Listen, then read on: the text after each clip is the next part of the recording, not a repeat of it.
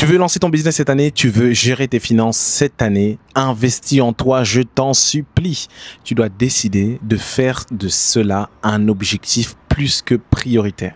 Et je vais te partager la méthode des 7 C que j'utilise pour investir en soi. Premier C, investir dans des connaissances stratégiques. Quelles sont les connaissances que j'ai besoin d'acquérir pour réussir dans le domaine dans lequel je veux me lancer?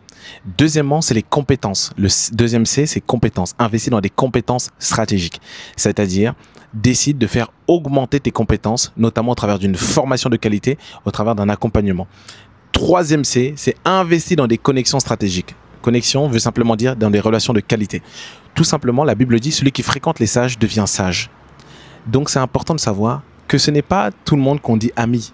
Moi, ami, ça va être personne avec qui on partage les mêmes sentiments, la même vision, les mêmes émotions, également surtout les mêmes valeurs, la même vision. On va dans la même direction. Sinon, c'est très compliqué de rester motivé lorsque tu es en permanence avec des personnes qui n'ont aucun rapport avec la direction dans laquelle tu veux aller. Le quatrième, c'est investir dans des coachs, dans des conseillers, investir dans des mentors.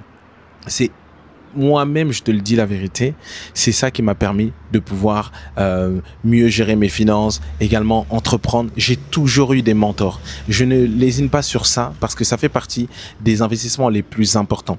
Peut-être que tu te dis, je ne vais pas investir 2 000 euros, 3 000, 4 000, je n'en sais rien. Peu importe le montant dans un coach, mais n'oublie pas, le coach, le mentor que tu as, connaît des choses que tu ne connais pas.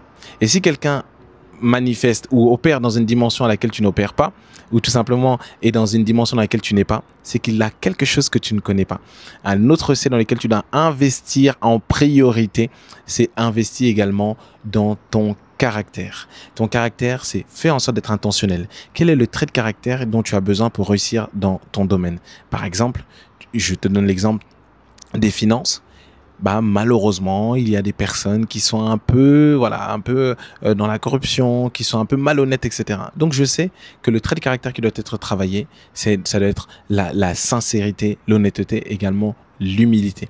Tu dois investir également dans ton corps. Tu dois prendre soin de toi.